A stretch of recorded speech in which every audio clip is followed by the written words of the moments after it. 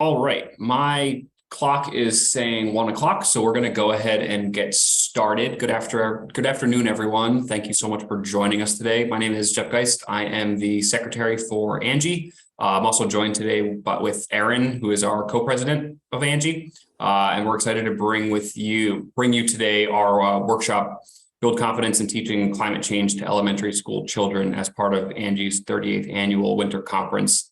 I want to give a special thank you to our conference sponsors, the Robert Wood Johnson Foundation, an anonymous donor who is a friend of science and environmental education in New Jersey, and the Institute for Natural History Arts.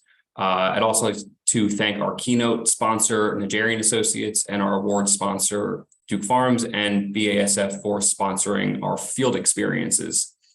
Aaron is going to put the link to our YouTube channel in the chat, where you can see all the recorded sessions from the previous conferences, forums, and other sponsored events. And we hope you subscribe to ANJEE's YouTube channel so you keep getting those updates when they come out.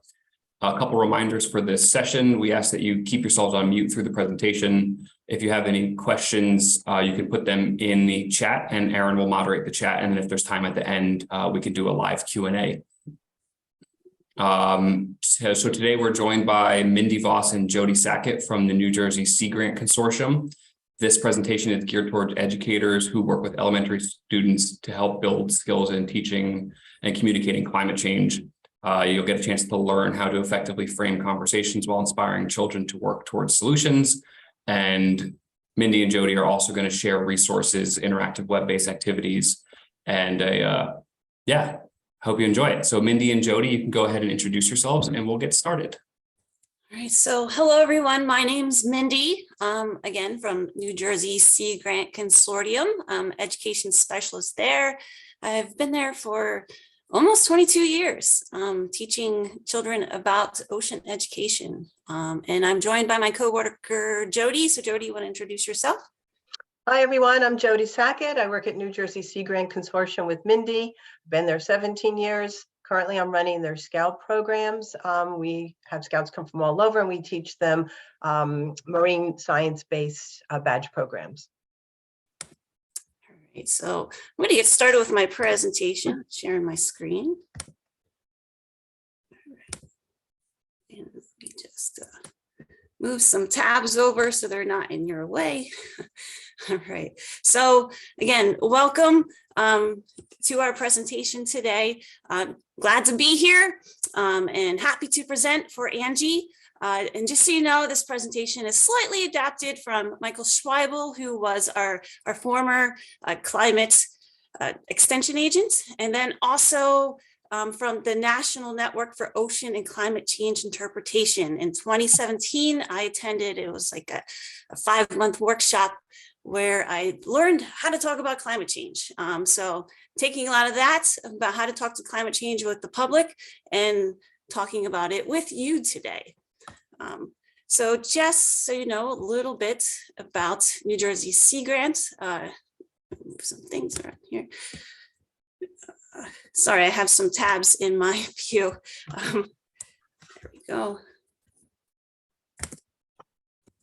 All right, so just so you know a little bit about New Jersey Sea Grants, we're a collection of sea grants, and every coastal or Great Lakes state has a sea grant. It's university-based program, and its purpose is to enhance the practical and the conservation of coastal, marine, and Great Lake resources in order to create a sustainable economy in the environment.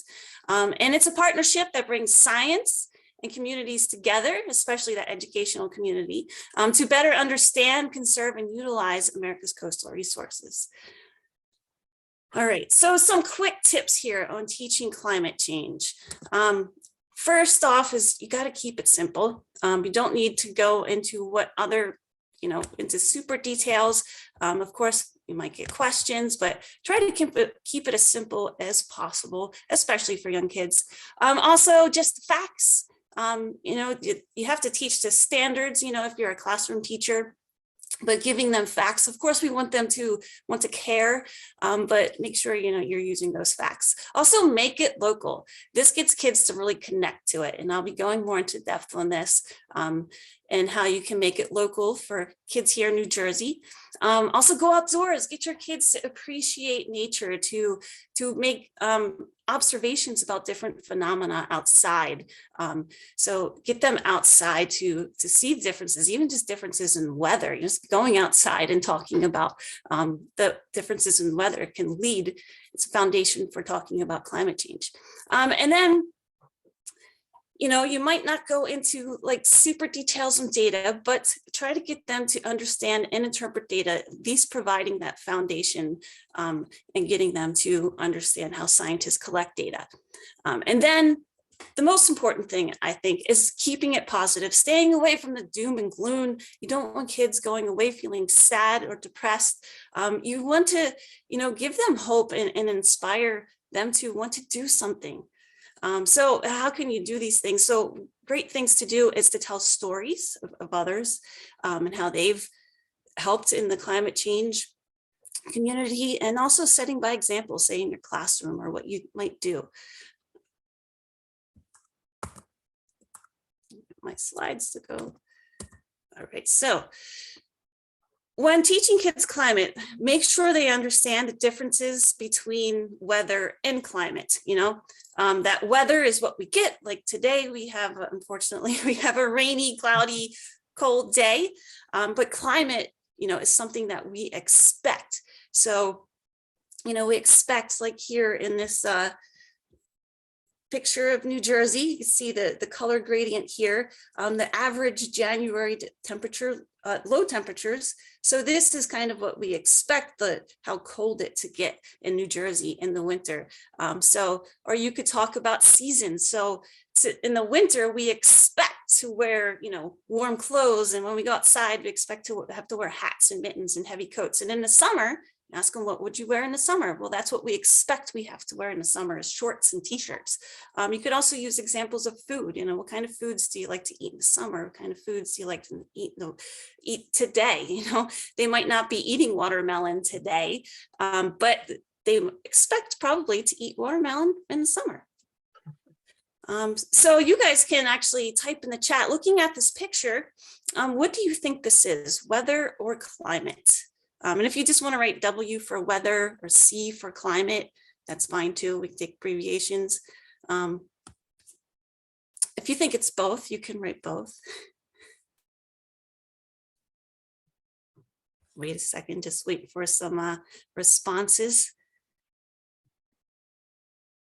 All right, so you might look at this and say, I think that's a picture of weather, because there's some kids outside building snow. It's something that they're doing that day, building a snowman that day. But we could use a phrase, and all of a sudden now we've changed this into climate. So we typically get at least a day off school for snowfall in the winter. So that would be an example of weather or climate. So again, you guys can type in the chat, do you think using this phrase will turn this picture into weather or climate?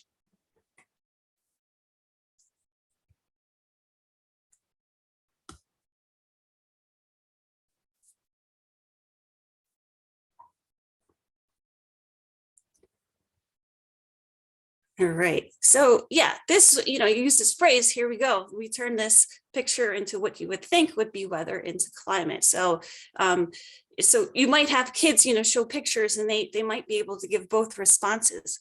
So, how you phrase it can get them to understand those little differences between weather and climate. Here, I am going to share my presentation, and of course it's going to be recorded, but I'm going to share my PowerPoint. So these are just some phrases I found from a website, climatescience.org, that were really great.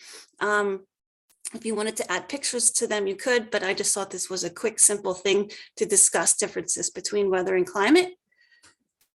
Also getting children to understand the climate zones around the world, that different places have different climates depending on where they are. Make sure they understand, especially young kids. This is what you would start. That's the foundation for understanding climate zone, that polar is really cold and desert's really dry and warm, and tropical is wet and humid. Getting them to understand that.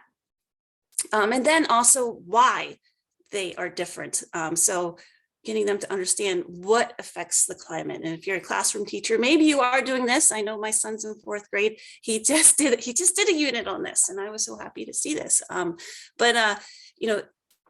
that, because you're further away from the sun at the poles, it's cooler. And that if you're farther away from the coast, you might get warmer. Or if you're up high in the mountains, you'll get cooler weather. And the one thing is that affects our climates that a lot of people don't even think about sometimes is the greenhouse gases. They do impact our climate. And this is something that can be changed, that humans can change. We can make a difference on how much greenhouse gases are in our atmosphere and affecting our climate. So what do we want students to understand when it comes to climate change? We want them to understand that it's, what climate change is that change in expected weather patterns. And it's because of humans burning fossil fuels like oil, coal, and gas. And this creates these heat trapping gases in our atmosphere. So let me try to get this animation. Here we have, it starts in 1960. And it goes into 2016. And so this is just showing the changes in temperature. So white and blue are really cool temperatures. And then you'll see it's going to change, and it's going to get turn to yellow, to orange, to red. And that's the temperatures getting warmer. It's not showing exact temperatures. It's just showing how much it changes. So here we can see in 1960s, lots of blues and whites. Those are cool temperatures, and we're getting some yellows. And now we're starting to get more oranges, and now we're even starting to get reds. Oh, wow, we can see that it really warmed up over the past 46 years. And I will say climate, and this is important too, climate is over at least 30 years. So in order to talk about climate, you have to talk about, something that's changed over at least 30 years, averages that's changed over at least 30 years. So you can see that, you can even see here how our North Pole has really, really warmed up. But even New Jersey, you can see it's pretty yellow here along the East Coast. And if we go back to 1960, the temperature was a lot cooler. You can see it was in blues. So just getting to understand, though, that it's exchanges in expected weather patterns. And not only is the earth getting warmer, but this is causing other things as well. So this is causing changes that we don't really, expect, that we never expected to really happen until things start to get warmer. So, the ice is melting, snow cover is melting. So this, the glacier in Alaska here, you can see the black and white, it's in almost all this sea ice you can see on this glacier in 1914, and then it's all gone, and it's all the way retreated to the back of the picture here in 2004. So that there's bigger changes that are happening other than just temperature change. Some climate words to know. So here I've made a quick vocabulary list. I'm not going to go over all of them. Again, I'm going to be sharing this, so if you wanted to go this into detail, you can. But the ones I underlined, I think are most important for children to understand. And I do think all of them are, though, important, but the ones that are underlined, you really want to emphasize. So I'm talking about kids. This is a Noki term. It's called the swamp, and it's what to stay away from and what to emphasize and talk about when you're talking about climate change. So in red, you're going to see a bunch of statements in the different categories here that seem kind of harsh, or maybe not harsh, but there are things that you want to steer clear from. You don't want to go into it. Yellow means it's okay to go into it. I actually find, how do scientists know that? That's actually something that I think should be green. And green, of course, is go. This is what you really want to focus on when you're teaching kids about the ocean, climate change, nature.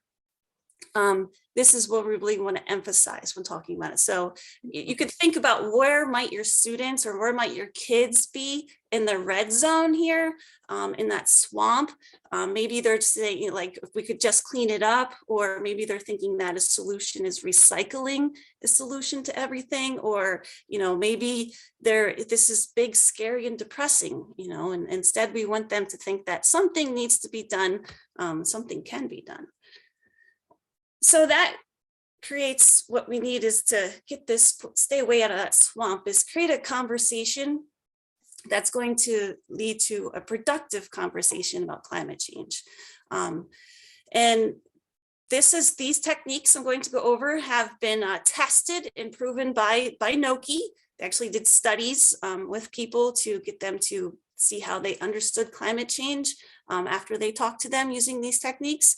And this really kind of bridges that gap between scientists and students. And I know with kids, they often like to make up stories, or if they don't understand something, they'll just make up an answer, employ the guessing machine.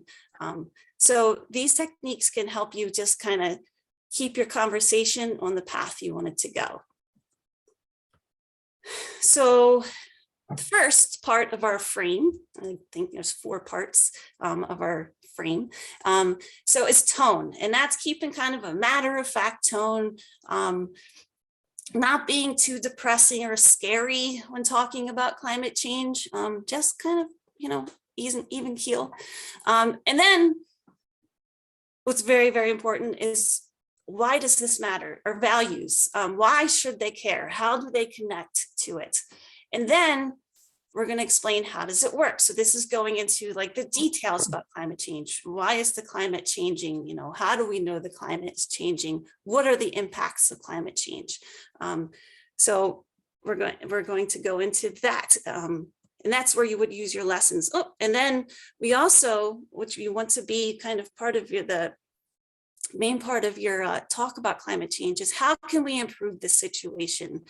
So this is getting people to think about solutions, maybe brainstorming about what they can do, or giving them ideas of things that they can do. So the first one, values. This is actually, I think, one of the most important steps. And sometimes I even forget to include this, because I'll start talking about climate change and what it, all the science behind it, and forget, I got to hook them in here and thinking about why should they care.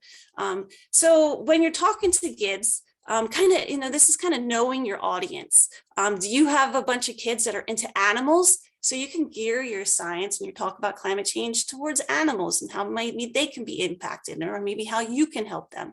Or maybe have beach lovers or kids who are into cars, and then you could talk about the automobile industry and how they would like to lower emissions, and they're coming out with these electric cars that don't use as many emissions. And that can get kids to kind of listen up, because if you don't kind of hook them in first, they're going to tune you out.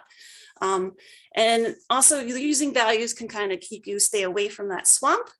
And these are the 2 values that NOKI recommends using, that they have tested to be most effective when talking to others, is protection and responsible management. Now, these values, you can kind of weave this into your conversation. You don't have to start off a conversation using one of these values, and you could use both if you want to as well, but you can kind of weave it in, like, we should want to, this is happening to such and such animal, we should want to protect them, or we should be responsible for what we do to nature. So what is protection? Climate change matters because we have a duty and safeguard for the well-being of people and places. So, this is just, we should want to protect others, and getting them to kind of have some empathy, sympathy, and, not want to do harm to the environment, and that it's the right thing to do. So that's using that protection. And then responsible management. So climate change matters because taking common steps today is in the interest of their future. And I emphasize there because Noki actually recommends using future generations, but I kind of changed it to there because we're talking to kids. They are the next generation that's going to impact, how the climate will change as we keep moving forward in time. So we want them to think about just being responsible citizens.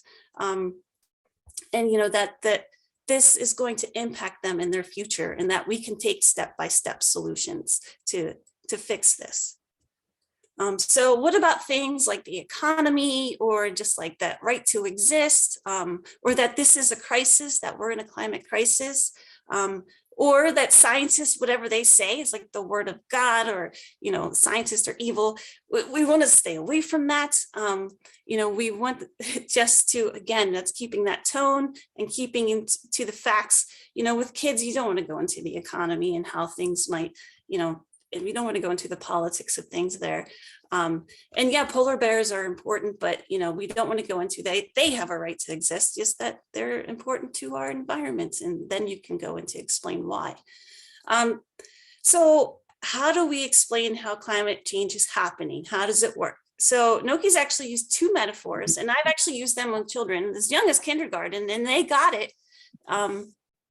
And so the metaphors that I'm going to use, and I'm just using two, Noki actually has like 4 or 5. I'm using two that I find work best for young children. They make that idea sticky, so they remember them, and how it works, how climate change is happening. So what's that first one? It's the heat trapping blanket. So I'm going to read this, and then I'm going to show you how I do it, often with some props I have behind me. So the atmosphere is like a blanket surrounding the earth, and it helps keep the earth's climate stable. But when we burn fossil fuels like coal to make electricity, oil to heat our homes, or gas to fuel our cars, we emit excess carbon dioxide in the atmosphere. This excess carbon dioxide thickens the blankets, and the more carbon dioxide we burn, the more heat is trapped, which disrupts the climate. So I'm going to just stop share for a moment and kind of show you another way you can use this metaphor. So hopefully you guys can see me here and see my globe here. I'll pull the bear on top. He's okay. So here's my globe, here's the earth, and then here's my heat trapping gases here. So if you look here, I have a nice thin sheet here, if you can see this. So, and you can think about, yourself, if you're, under a nice thin sheet, do you think you're going to get really warm or hot? You think you're going to be cold? So here's the sheet going over the earth. What do you think is going to happen? Is this going to stay really warm? Or is it going to get really hot? And I ask kids this, and they often know the answer. They're like, oh, it's going to stay kind of not too hot or too cold, kind of just right. And I was like, yeah, this is what's naturally around the earth. We can't see it. It's invisible to us, but there's this nice thin blanket around the earth. But now we're burning fossil fuels like coal, oil, and gas. And we're actually causing this blanket around the earth to get thicker, because as we burn them, these gases go into the air and make this blanket get thicker and thicker and thicker. And so if I kept putting blankets on this, and even just this blanket, would you get warm or would you get cold with this blanket on you? And the kids often, they'll say like, I'm going to get warm, I might get hot. You put another blanket on there, I'm definitely going to be hot. And I say that's exactly what's happening with climate change. And then you can go on to, exactly what's causing it and stuff, which I'll get into in just a second. So let me share screen again. Right. Okay, so you might, if you're a teacher in a classroom, of course, the standards call for explaining the greenhouse gases and greenhouse gas effects. So you can combine this. I will show you a technique to combine the heat trapping blankets and the greenhouse effect. Noki recommends steering away of talking to the public from the greenhouse, because often people have this image of their head of a greenhouse, you know, having lush greenery and flowers. And that's not the perception we want them to have. We want to show it's warming. So you can say the greenhouse effect is like a car on a hot summer day, where it's this glass that's trapping all the heat. And lots of times kids will understand this, that the heat is getting trapped in the car from the sun with the windows rolled up on a hot summer day, and they'll understand that greenhouse effect. And you can go into a little bit more of the science behind it. So what greenhouse gases do you want to talk about? The most important one is carbon dioxide, because carbon dioxide is getting out of control, and it's something that we can really do something about. Another one you can mention is methane. Methane is a very strong greenhouse gas. It's like 20 sometimes stronger than carbon dioxide. And it is a problem. It comes a lot from animals, gases like basically, and kids always crack up at this, cow farts and burps. It also comes from garbage and landfills. And then nitrous oxide is another potent greenhouse gas that comes from fertilizers off of farms, and also some factories. As they make things, they put this gas into the air as well. But carbon dioxide is the one you can really focus on. This is the one that comes from the burning of fossil fuels, and something that we can really do something and make a difference about. So again, just a review of that heat trapping blanket, you know, it's that atmosphere is like a blanket that surrounds the earth. And when we burn fossil fuels, we thicken the blanket, and the thicker the blanket gets, the more heat it traps. And this leads to more warming, which disrupts the climate. So how can you combine this greenhouse effect? You know, so here we have the sun coming in, but some of the heat is reflected back out and wants to go back out to space. But some greenhouse gases actually trap it and don't allow too many greenhouse gases to escape, or too much heat to escape. So it's kind of like a blanket in the sky that prevents it from cooling down. But when we burn fossil fuels, this makes the blanket thicker, which causes the earth to get warmer. So there's using your greenhouse gases, greenhouse effect, using that heat trapping blanket. This is just a graphic that I love to show too if I'm doing a presentation that shows that natural greenhouse effect. You know, this is a nice thin blanket, and some heat is able to escape. And here's a whole, like, you know, humans have burned so many fossil fuels here that this blanket has gotten much thicker. We can see all these greenhouse gases trapping a lot of heat. So another metaphor is regular versus rampant carbon dioxide. So regular carbon dioxide is used and created by normal life processes, but rampant levels of carbon dioxide come from the burning of fossil fuels for energy. We need to reduce the rampant carbon dioxide because it's getting out of control. All right, so using this, it's important when talking to kids to get them to understand that carbon dioxide comes from other normal life and earth processes, like we breathe out carbon dioxide. Yes, volcanoes put out carbon dioxide. That's regular carbon dioxide that goes in the air that, again, helps keep the earth's temperature just right.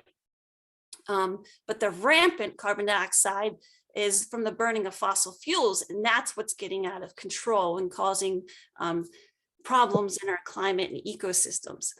Also, a lot of people, in Noki, again, they have tested this word rampant because a lot of people said, are kids going to know what the word rampant means?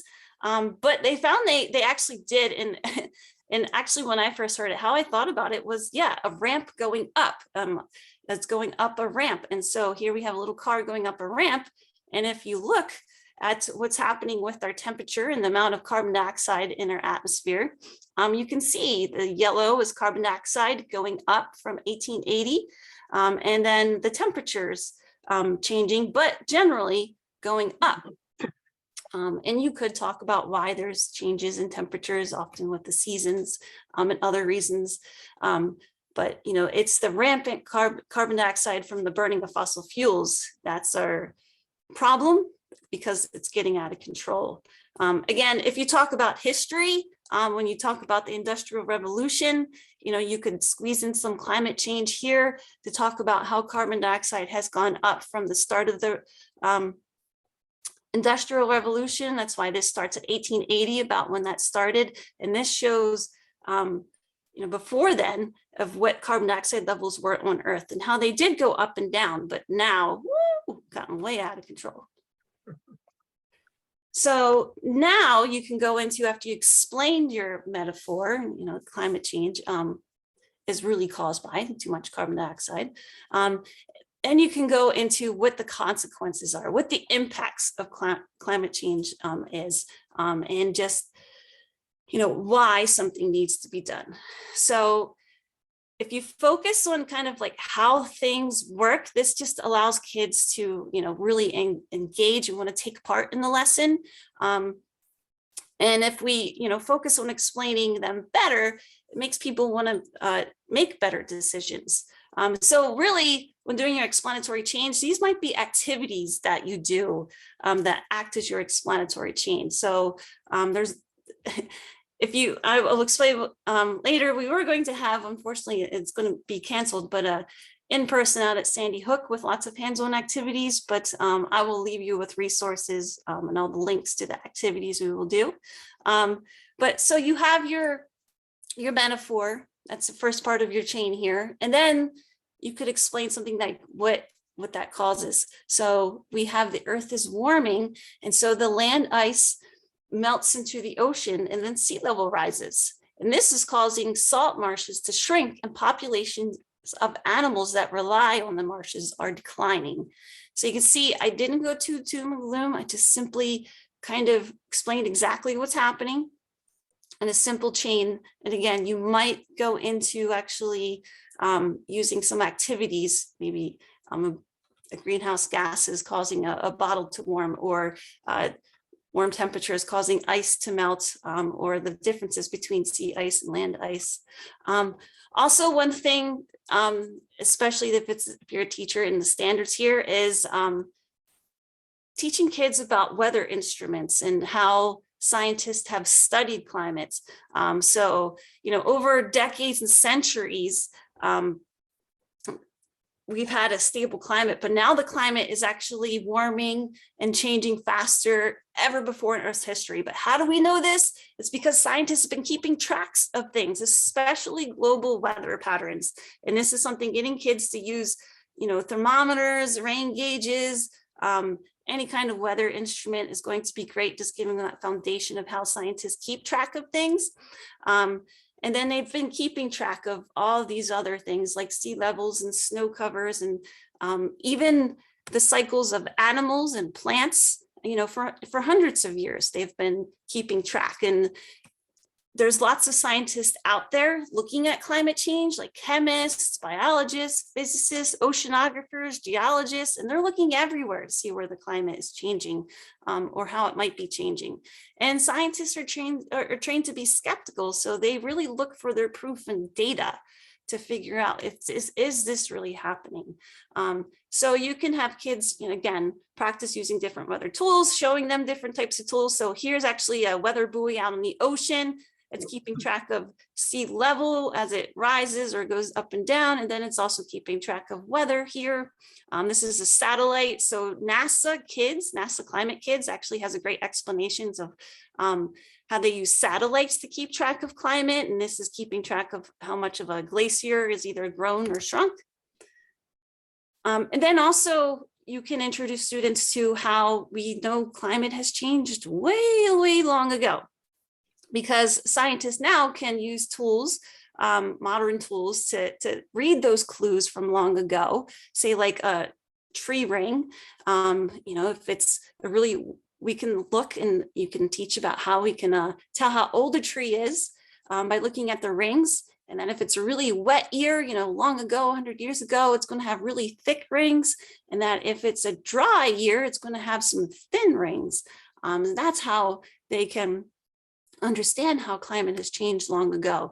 And scientists can actually go into ice deep in the poles, ice cores. They can actually measure how much carbon dioxide is in them from hundreds of years ago. They can tell temperatures as layers of ice. And if it's melted, it's dark. If it's really frozen, it's white, and how that has changed over time, even deep down in the ocean or deep down in the land and sediments. There's clues to what's happened in the past. There's some scientists drilling through a coral reef, and they also leave layers behind that can tell them how the ocean, or how the ocean, or just how the climate was, what was it like long ago. So what are some just general impacts of climate change? So this one, I love this graphic. It kind of sums it all up, of all the different things happening. But what you really want to focus on is things that maybe they care about. So if you have some ocean lovers, you can go into how has the ocean changed? And you can also talk about models and how scientists use that information that they got from the weather instruments or satellites, and they can make maps, and they can tell how much, and then they can actually graph or make pictures to kind of clearly more explain what has happened, say, in the past 100 years.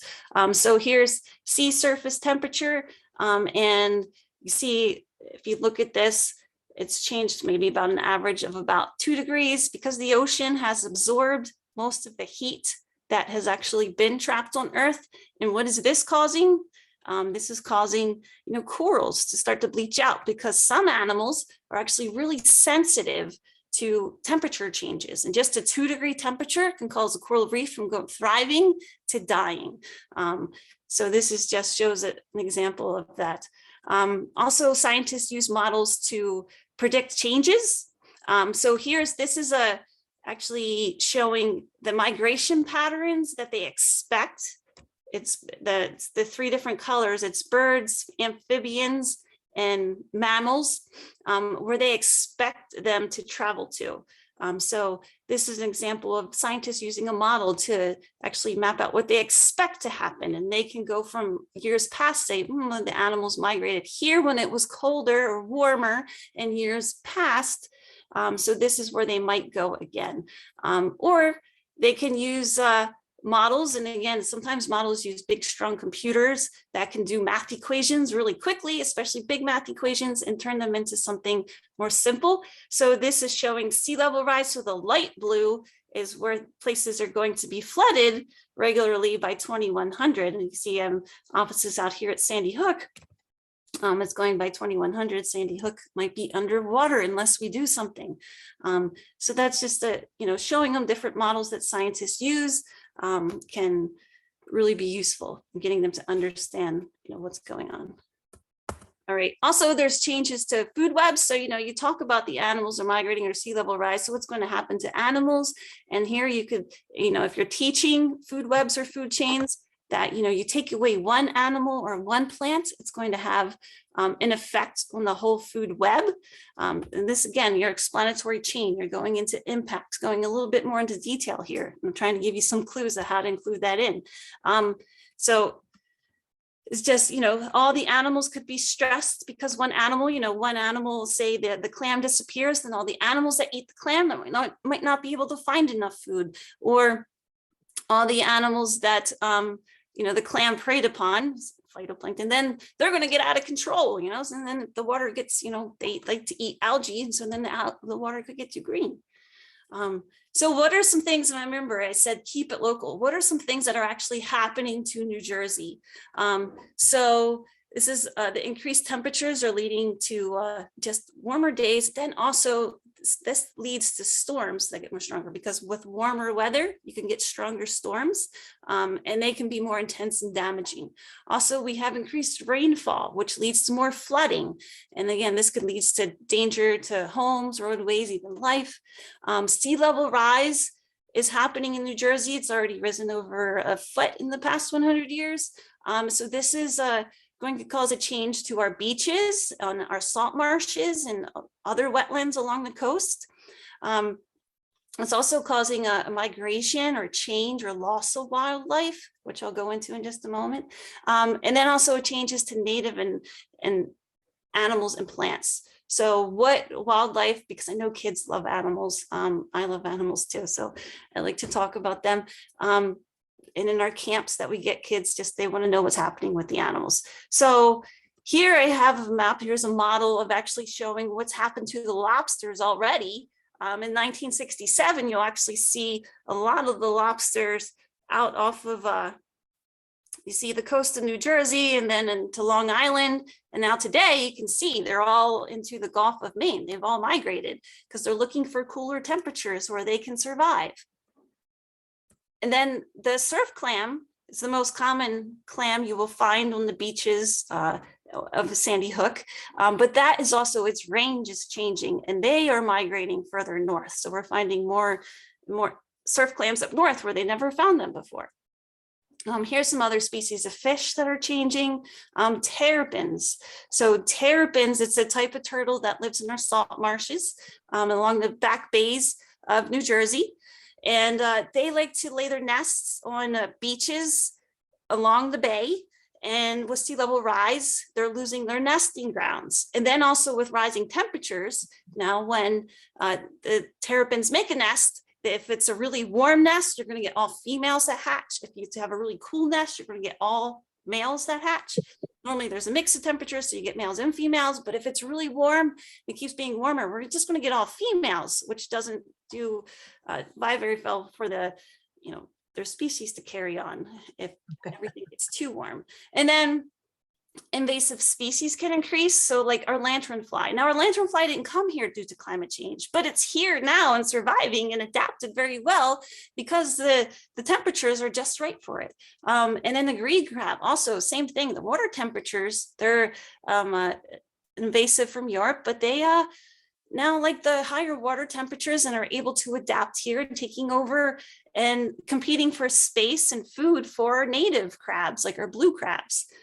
Birds, there are so many birds, I can't list them all. That's actually kind of sad, but you can go to Audubon and they'll actually show you some birds that you want to talk about. And then also think about the animals are already under pressure from other things like habitat destruction, pollution, hunting, fishing, and other things. So climate change is just adding onto those pressures that these animals already have. So explanatory change. So I just went into some detail here. So you can do that with your explanatory change. You would use that metaphor. And then here's just a simple one here. A simple one. So warmer air provides fuel for storms. This is causing storms to become stronger. The stronger the storm, the wetter, windier, and more flooding can occur. This may cause storms that hit New Jersey to become more destructive. I say destructive, but I didn't go into like loss of life or anything like that. I try to kind of, yes, there's something bad that's going to happen, but I didn't go in how bad it's going to be because we don't want to scare kids. Here's another one if you're doing things on food webs. So phytoplanktons, the little green algae that start our food chains and webs, and they provide food for all the other animals that we love, like the fish, lobsters, dolphins. So warmer oceans are decreasing the populations of some of the phytoplankton, and this is going to put a strain on the ocean food webs. Some animals will have to move to find food, others will starve. This disruption to the food web will cause a stress on all the ocean animals that we love. And now, you could go into your values, we should want to protect them, or we should be responsible of what we're doing to our earth.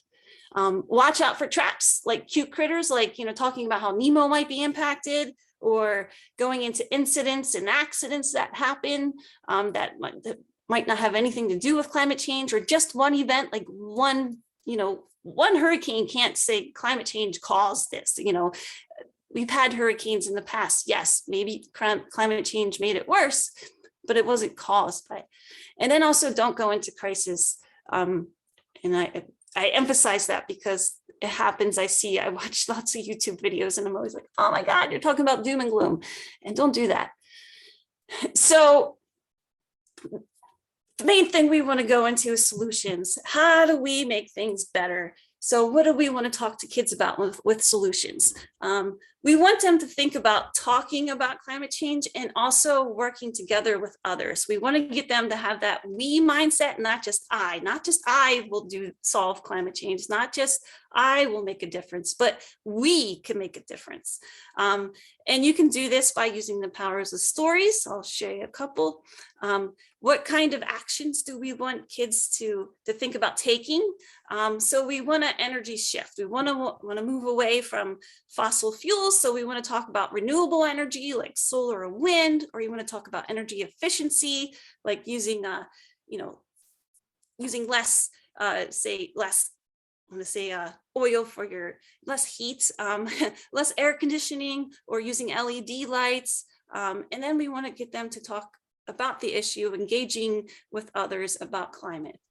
So just a quick example here. Again, we're going to stay away from the doom and gloom, but we can do this attitude.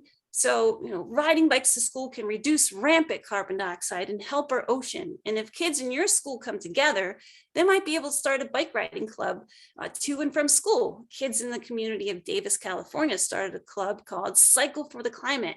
They even got the community to create a few bike paths that lead to their school. Even far from the ocean, a bike ride to school could protect our climate and our ocean.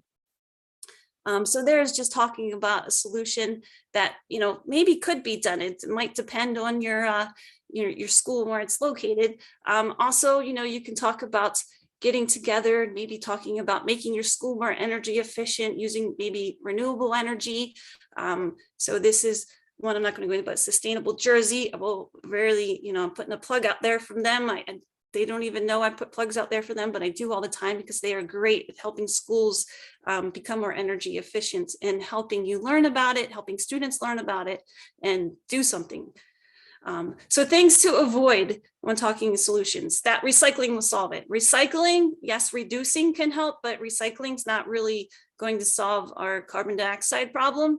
Might help a little, but really we want to advance the renewable energy. We're going to think renewable energies instead of just recycling. Avoid crisis, instead ingenuity. What can we do? Let's brainstorm.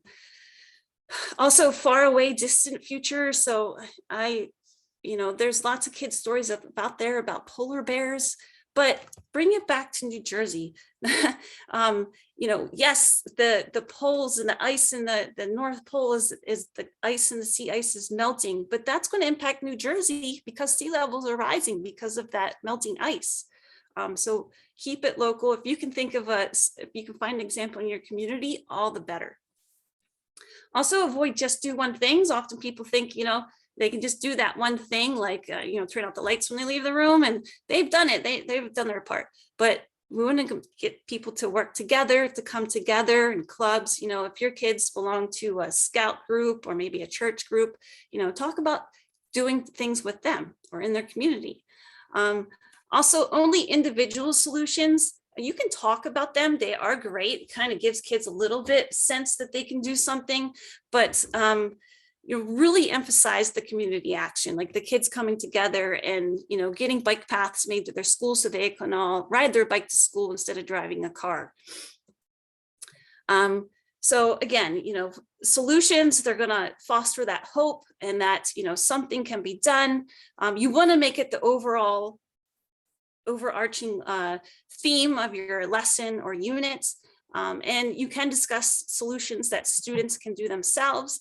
These are 4 great things that have lots of ideas and actions that you can take, and your schools can get little certificates.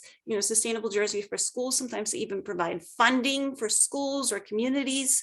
I know Jody's community received a big fund from Sustainable Jersey. So if you have any questions about that, you can ask her. So these are great organizations.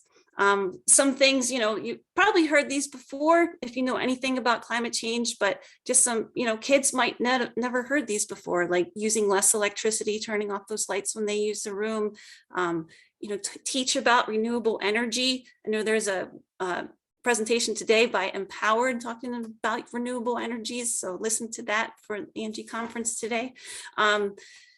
talk about fuel efficient cars, talk about native plants, besides just planting trees, but native plants are actually better, and composting as well helps reduce carbon dioxide because actually, remember I talked about the garbage in the landfill putting carbon dioxide out, so compost prevents that. And then I crossed out recycle because sometimes even recycling causes carbon dioxide to go up in the air as they do that process, but reducing or reusing things instead of just recycling them, and rethink of maybe how we can use less plastic, that's made out of fossil fuels. Also, if your group, if you can find, I know Save Barnegat Bay does dune restorations, and here's a group doing a salt marsh restoration. So restoration of natural habitats, or just trying to keep natural habitats, say maybe a little local piece of forest in your community alive. And then, teaching about, fuel efficiency again, but just buying from local farmers or shops. So there's not as much fossil fuels from the burning of gas to get, say, the food to us, or for us going to get stuff. Some quick solutions for the classroom that you guys could work on together to get kids to think about doing things for climate change. So, starting a container garden in the classroom, and then or compost, and then if you can, give it out to the kids maybe at the end of the school year to take home and plant. I know my son's school, they started some garden plants, and then they gave them out at the end of the year. So he came home with some tomato plants, which were nice, and they actually did well. And then, just setting an example in your classroom, like turning off lights when you guys leave, or using energy efficient devices, reducing or reusing the materials in your classroom. I know a group of children who started a lemonade stand. They would go to the sports events at the school, have a lemonade stand, and they actually were able to get money to put some solar panels on the school. And then some groups have sponsored animals that are being impacted by climate change, and then writing a letter to government or school officials to call for action. And I actually have a friend that worked for a US congressman, and if a letter came in from a child or from a school group, they read it. They got hundreds of letters a week. They got something from a child, it was definitely read. And, they took it more to heart almost, because children don't have that power of go to vote. So writing letters can be very powerful. Have your students brainstorm, figure out what they can do. Again, get them to work together, work in groups. Maybe they can create a poster to go up to around the school. Here's a group of kids who actually encourage parents to turn off the cars while waiting for them at pickup. And then they could actually also go in and present maybe to another class or to the whole school, a little skit about solutions to climate change and what others can do. Teach about renewable energy, because renewable energy is green. It doesn't put any carbon dioxide into the air. It's also a great way to bring in careers. Like here's a girl she's working on an algae biofuel that won't be as dirty as, say, gasoline. So you can inspire kids through this. Also, one thing is we will have to adapt to climate change. So there are things that we have to do to be resilient, to just make sure we're protected from things like sea level rise. It's already happening. It's going to keep happening. So restoration of natural habitats. Here's beach replenishment. Here's dunes. These are going to help prevent problems from sea level rise. Dunes prevent storms from really taking away our beaches and impacting further inland. And then here's someone restoring some salt marshes. So our coastal wetlands and swamps actually absorb 10 times more carbon dioxide than a tropical rainforest.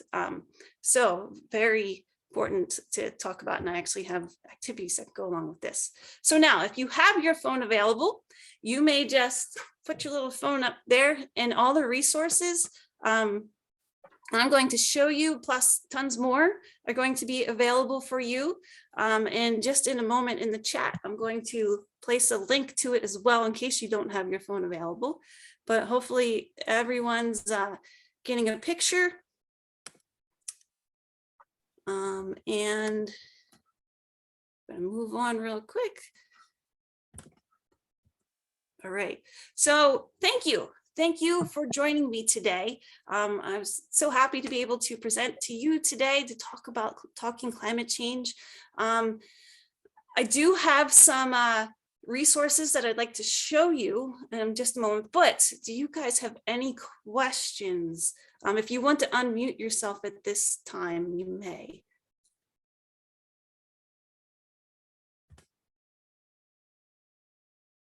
No, thank you, Cheryl. Thank you, everyone. Yes, I was happy to be here. I'm glad you guys could join me. Okay, so I'm going to stop share and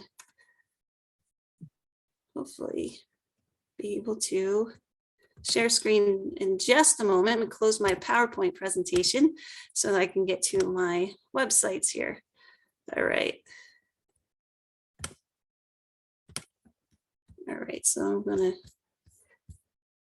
Mindy, while you're doing that, can I just jump in? You referred Yes. to the Sustainable Jersey grant that our town got. Our town got a really generous grant. It was $20,000 to put in green infrastructure. We proposed 3 projects. One of them was totally done by the middle school. They had gutters draining down. They solved the problem by installing a rain garden to capture the water, allow it to soak into the groundwater, and they planted native plants. So the 6th grade science teacher spearheaded this project. We wrote her into our grant, but the money, her portion of the money totally went to installing that project. It was completely done by the beginning of last summer, and it's thriving. It's an amazing thing. There is a separate section in Sustainable Jersey, for anybody who wasn't aware, for schools, and they really like when schools submit grant applications for that too. Well, thanks, Jody, for sharing that. So again, here's some quick, real quick, some resources, some websites. Again, they're all in my resources. I've linked them, but Subject to Climate is a great one. And then New Jersey actually has its own climate education hub. You can just Google New Jersey Climate Education Hub or New Jersey Climate Hub, and it will pop up on Google. But you go to resources, and then this is great because you can actually, if you're looking for a specific subject or teaching a certain grade, you can pick and then say, you have a topic or just, teaching to a certain standard, or maybe you're looking for a video. You can click on that and it will give you, some ideas and things you can use. They also have, if I go to home, it has their exemplary lesson plans here, a quick link to it. So this is the main home exemplar lessons. So these have been lessons created by teachers, for teachers, kind of like teachers pay teachers, except you don't have to pay. Also, the GLOBE program has a great climate thing for elementary schools. They have an ebook that is great to talk about just introducing climate and climate change for children. If you're doing virtual or even, you have a whiteboard, if you can do that to read the story to the students, it's great. I actually have it up here in PDF form. So it's a great story. Real simple for kids to understand. Again, they go into like how they measure the snow depth. So they're using measuring tools. And so really good little story to introduce children to climate change. Here's another story. Oh, one thing with the GLOBE is that they also, these activities, all 3 of these activities are great activities. I love because I teach coastal education, Seashores on the Move, but they're all really great lesson plans there. And then here's Save Planet Earthly. So this is another ebook that you can read to your students. You can enlarge this to make it bigger, but you can go through. It's a little girl who becomes friends with the earth, and the earth becomes sick because it's gotten too warm, and then it just goes into a really nice way about what's happening that impacts, going over those explanatory chains very clearly, what's it's causing. And then it does go into solutions and things that they can do. So,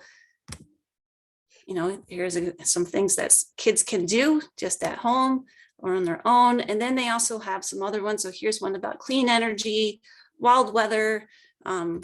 So this is a really good, this is climatescience.org.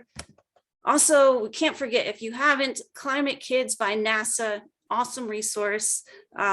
It's extensive. So it does really take some time to kind of look through it and see maybe what you can fit into your time. But they do have some really good, they're big questions I find to be like most comprehensive of just basic stuff on climate change.